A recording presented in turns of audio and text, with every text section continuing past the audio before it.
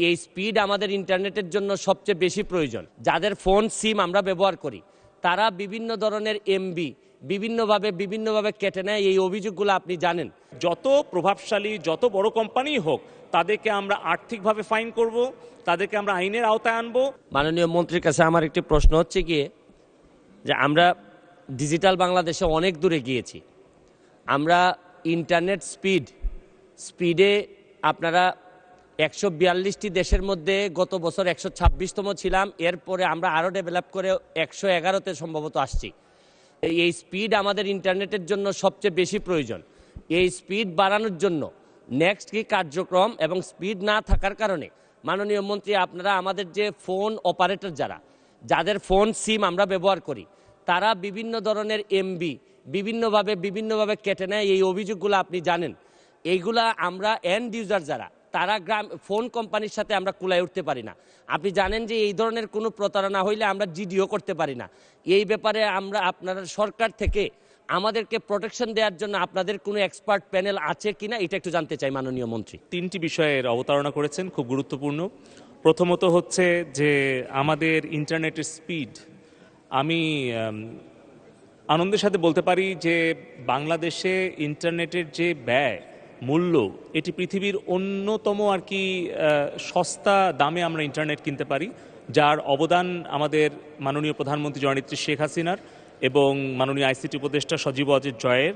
কারণ আজ থেকে 15 বছর আগে বাংলাদেশে ইন্টারনেট ব্যবহারকারীর সংখ্যা ছিল মাত্র 50 লাখ মাননীয় স্পিকার, এবং তখন ইন্টারনেট পার এমবিপিএস এর দাম ছিল 85,000 টাকা, এবং ঢাকার বাইরে কোনো ব্রডব্যান্ড কানেক্টিভিটি ছিল না।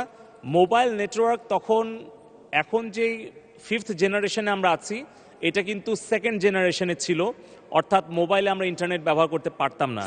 সেইখান থেকে কিন্তু এখন ইন্টারনেট আমরা পার এমবিপিএস 50 টাকায় নামিয়ে আনতে পেরেছি, এবং বাংলাদেশি ইন্টারনেট ব্যবহারকারীর সংখ্যা 13 কোটিতে উন্নীত করতে পেরেছি।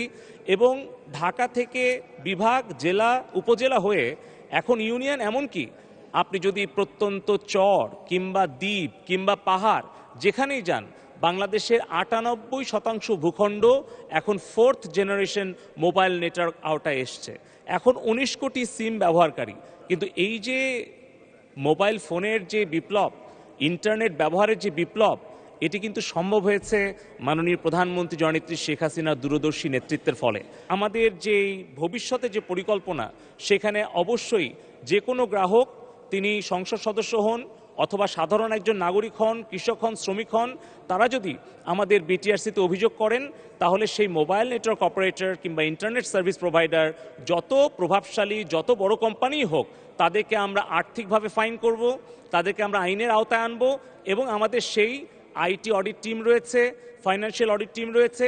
আমরা সেই জবাবদিহিতা নিশ্চিত করছি বলেই আমাদের বিটিআরসি থেকে কিন্তু 73,000 কোটি টাকা আমরা আমাদের রাজস্ব খাতে জমা দিতে পেরেছি।